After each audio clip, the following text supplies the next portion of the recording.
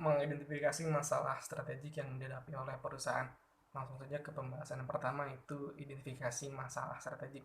Jadi dalam sebuah perusahaan atau organisasi itu terdapat eh, proses yang dinamakan oleh proses perencanaan strategik.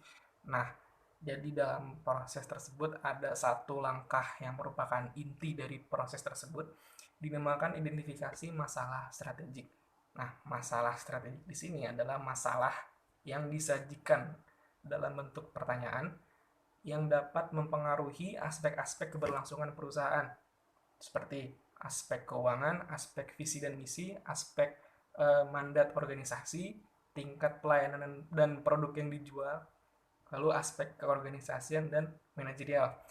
Jadi masalah strategik ini adalah masalah yang dipertanyakan oleh perusahaan atau organisasi itu sendiri untuk diselesaikan dan ditemukan jawabannya. Nah, pada hakikatnya sebuah masalah itu adalah konflik, dan konflik ini juga disajikan dalam bentuk pertanyaan dalam upaya mengidentifikasikan masalah strategik. Nah, itu terdapat yang pertama adalah apa yang akan dilakukan, yang kedua ada kenapa hal tersebut dilakukan, lalu yang ketiga bagaimana dan seberapa banyak hal tersebut akan dilakukan, yang keempat ada kapan hal tersebut akan dilakukan, yang kelima ada di mana hal tersebut akan dilakukan, siapa yang akan melakukannya, dan yang terakhir itu adalah siapa yang mendapat keuntungan dan kerugian dari hal tersebut. Pembahasan selanjutnya tentang hasil langsung dan jangka panjang yang diharapkan. Jadi setelah kita berhasil melakukan identifikasi masalah strategik, itu akan menciptakan sebuah rumusan masalah yang nantinya itu dibutuhkan tim perencanaan strategik untuk dalam pembuatan rencana baru untuk aspek-aspek yang tadi telah disebutkan agar diteliti dan diselesaikan. Nah, jadi hasil yang diharapkan yang berdampak terhadap perusahaan atau organisasi tersebut yang diharapkan itu di antara lain adalah yang pertama, anggota organisasi atau perusahaan itu dapat memfokuskan perhatiannya terhadap hal-hal penting untuk dijadikan prioritas agar diselesaikan. Yang kedua, dengan memfokuskan perhatian terhadap masalah yang dihadapi melalui proses identifikasi yang dalam, itu akan membuahkan hasil atau solusi yang berupa jawaban. Kalau yang ketiga adalah ketegangan. Jadi dengan munculnya sebuah masalah dalam organisasi, masalah tersebut berbentuk sebuah konflik. Konflik tersebut akan menghasilkan ketegangan. Nah, jadi dengan adanya ketegangan ini, ketika ketegangan tersebut dijadikan hal yang positif, itu akan berguna sebagai stimulus atau perangsang yang dibutuhkan oleh perusahaan agar terjadinya perubahan yang mungkin dibutuhkan oleh organisasi atau perusahaan. Yang keempat itu adalah ada ketika masalah strategik itu diidentifikasikan lebih dalam dan ditelaah lebih jauh, itu akan memunculkan sebuah petunjuk yang dapat membantu perusahaan untuk menyelesaikan masalah tersebut atau masalah yang akan datang di masa yang akan datang. Yang terakhir adalah dengan adanya ketegangan tadi itu dapat diadopsi sebagai bentuk kesadaran atau reality check yang dibutuhkan para partisipan dalam sebuah perusahaan atau organisasi agar menganggap serius atau berkomitmen penuh ketika terlibat dalam proses perencanaan strategik. Sekian, selanjutnya akan dijelaskan oleh rekan saya. Baiklah, nama saya Rizky Irwanti dengan NPM 17 11 10 1074. Saya akan menjelaskan sedikit bagaimana masalah strategi kita harus dijelaskan. Oke, ada pun langkah yang pertama, kita harus menentukan masalah terlebih dahulu dalam suatu organisasi. Nah, jika masalahnya telah ditemukan, tentu itu akan menjadi pertanyaan bagaimana solusinya untuk mengatasi masalah tersebut. Nah, tentunya masalah ini tidak hanya memperoleh satu jawaban atau satu solusi, akan tetapi harus memiliki beberapa solusi ataupun jawaban dalam mengatasi masalah yang telah ditentukan sebelumnya. Selain itu, yang kedua, diskusikan faktor-faktor seperti misi, mandat, dan aspek internal maupun eksternalnya. Yang ketiga, artikulasi konsekuensi jika tidak mengatasi masalah tersebut. Nah, dalam pernyataan ini mengenai konsekuensi dari kegagalan apabila tidak mengerjakan ataupun mengatasi masalah tersebut, bisa jadi ini merupakan ancaman yang serius ataupun kegagalan dalam menggapai kesempatan yang telah menjadi tujuan sebelumnya yang telah ditentukan oleh organisasi tersebut. Nah, selanjutnya masalah strategik ini dapat muncul dalam 3 situasi. Yang pertama dapat muncul ketika situasi di luar kendali ataupun di luar kontrol dari suatu perusahaan. Karena dia berada di luar kendali dari perusahaan tersebut, tentunya untuk mencapai tujuan dari organisasi itu akan sulit dicapai. Yang kedua, muncul ketika situasi teknologi, biaya, keuangan, kepegawaian, dan politik untuk mencapai tujuan dasar itu berubah atau akan berubah. Yang terakhir atau yang ketiga, muncul ketika terjadi perubahan misi, mandat, atau faktor internal dan eksternal baik di masa sekarang ataupun yang akan datang. Pendekatan pada identifikasi masalah strategik yang pertama itu adalah pendekatan langsung, yaitu panduan berikut mungkin dapat membantu organisasi yang menggunakan pendekatan langsung. Setelah mengulas mandat, misi, dan SWOT, anggota tim perencanaan strategik harus mengidentifikasi masalah dengan sendirinya. Untuk tiap masalah, tiap anggota harus menjawab 3 pertanyaan dari 1 lembar kertas. Yang pertama, apa masalahnya? Dijadikan masalah yang dapat diselesaikan organisasi dan memiliki lebih dari 1 jawaban. Yang kedua, faktor apa, mandat, misi, pengaruh luar dan dalam yang membuatnya menjadi masalah strategik. Lalu yang ketiga, apa konsekuensi dari kegagalan menangani masalah tersebut. Lalu ada pendekatan yang kedua, yakni pendekatan tujuan. Panduan berikut diperuntukkan untuk organisasi yang memilih pendekatan tujuan. Pendekatan tujuan dimulai dengan kompilasi ulasan pembaharuan tujuan organisasi yang sudah ada atau hasil yang diinginkan. Lalu pendekatan yang ketiga, yaitu pendekatan vision of success. Setelah mengulas mandat-mandat, misi, dan SWOT, tiap anggota dalam tim perencanaan strategik harus ditanyakan secara individu untuk mengembangkan gambar atau skenario tentang bagaimana organisasi seharusnya terlihat ketika berhasil mencapai mandatnya, memenuhi misinya, menciptakan nilai publik, dan secara umum berhasil mengoptimalkan potensi yang dimiliki. Lalu pendekatan keempat, yaitu pendekatan tidak langsung. Anggota tim perencana harus mengulas kembali misi organisasi yang sekarang, ringkasan dari pernyataan mandatnya, hasil dari analisis SWOT para pemegang saham, pernyataan tujuan sekarang dan strategi, dan studi latar belakang yang bersangkutan.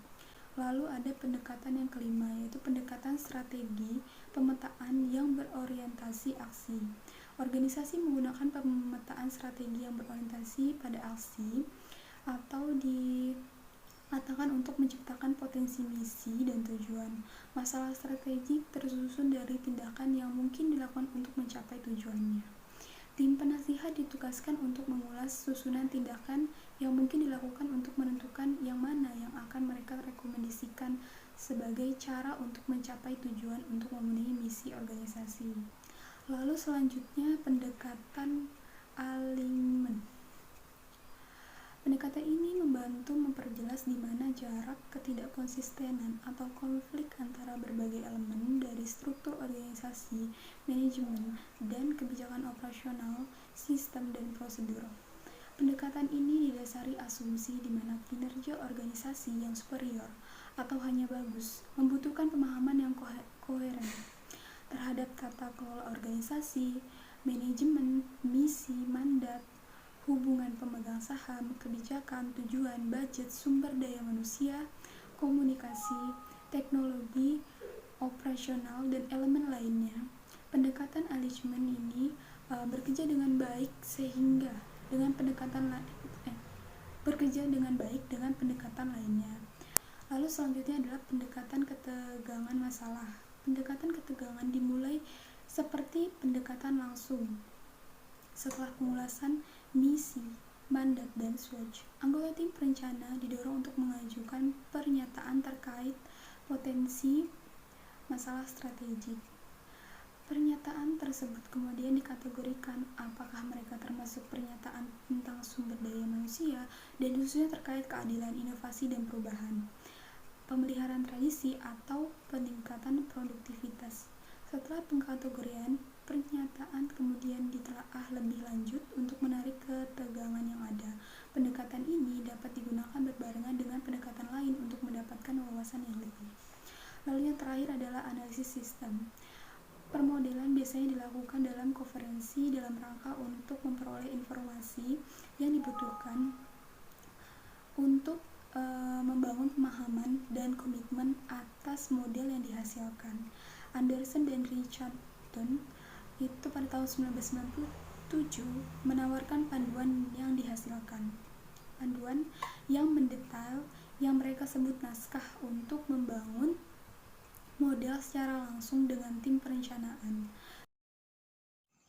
Desain proses dan panduan langkah atau tindakan. Yang pertama, mengulas mandat organisasi, misi, kekuatan, kelemahan, kesempatan, dan tantangan. Hal ini termaksud dalam indikator utama yang harus diperhatikan oleh organisasi. Yang kedua yaitu memilih pendekatan pada identifikasi masalah yang sesuai dengan kondisi organisasi. Misalnya yaitu pendekatan langsung, pendekatan tidak langsung, tujuan, dan lain sebagainya. Dalam hal ini, kita dapat membuat daftar dari masalahnya. Yang ketiga, setelah daftar dari masalah sudah disiapkan, kemudian coba pisahkan ke dalam masalah strategik dan operasional. Masalah operasional harus ditugaskan kepada kelompok operasional. Dan beberapa masalah mungkin saja memiliki kedua aspek strategik dan operasional. Sekarang coba kita mengatasi dari aspek strategik terlebih dahulu, sebelum menugaskan masalah operasional kepada kelompok operasional. Yang keempat yaitu gunakan tes litmus untuk mengembangkan pengukuran seberapa strategis sebuah masalah. Dan yang kelima, setelah masalah strategik tersebut teridentifikasi, urutkan masalah berdasarkan prioritasnya, logis, atau secara sementara sebagai pengantar dalam pengembangan strategis dalam langkah selanjutnya. Yang keenam yaitu ada seni dalam pembingkaian masalah strategik. Untuk pembingkaian masalah strategik ini ada beberapa pertanyaan yang patut dipertanyakan, yaitu sebagai berikut. Yang pertama, apa masalah sebenarnya, konflik, ataukah dilema? Yang kedua, mengapa hal tersebut dapat menjadi masalah? Yang ketiga, siapa bilang hal tersebut adalah masalah? Yang keempat, apa konsekuensinya jika masalah tersebut dibiarkan? Yang kelima, dapatkah kita melakukan sesuatu untuk mengatasinya? Yang keenam, adakah cara untuk menggabungkan atau menghapus masalah tersebut? Dan yang terakhir yaitu, haruskah masalah tersebut dipecahkan menjadi lebih dari satu? Yang ketujuh, ingatlah bahwa ada 3 masalah strategik dalam aspek perhatian yang dibutuhkan. Masing-masing harus memiliki perlakuan secara berbeda. Ketiganya yaitu yang pertama adalah yang tidak memerlukan tindakan sekarang, tetapi harus diawasi. Yang kedua, yaitu yang dapat diatasi sebagai bagian dari siklus perencanaan strategik organisasi.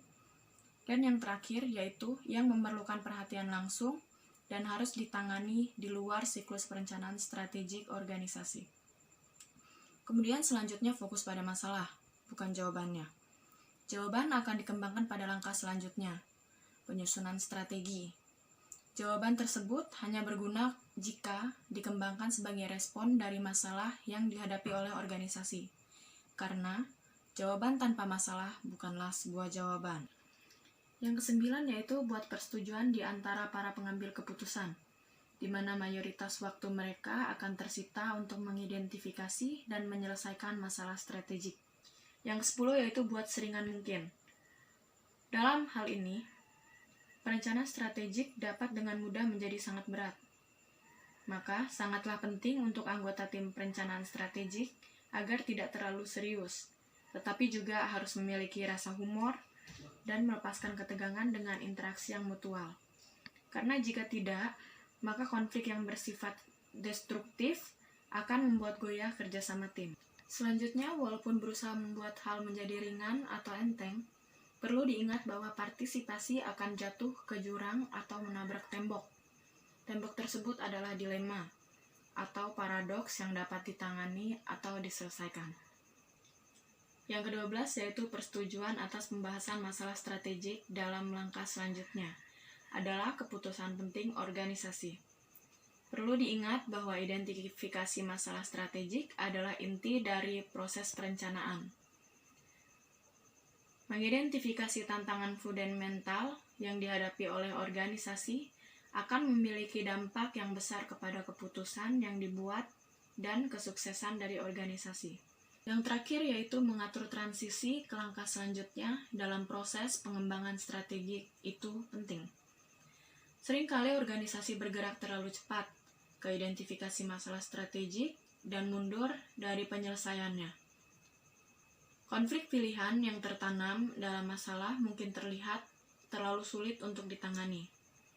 Kepemimpinan yang kuat dan komitmen harus dilakukan untuk menangani masalah yang dihadapi organisasi tersebut.